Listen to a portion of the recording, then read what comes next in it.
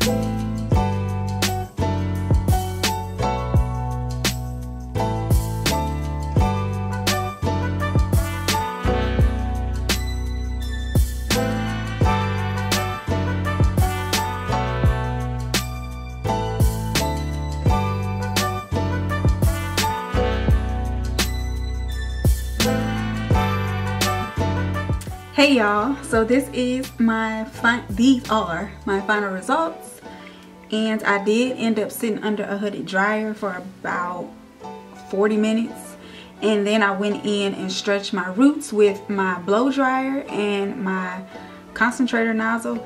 And yeah, these are my final results, and I'm so happy because even though I just did a trim and shrinkage on my hair is like none other, my hair is still hitting my shoulders when it's stretched. So I'm so happy about that because I've been waiting on my hair to hit my shoulders for I don't know how long.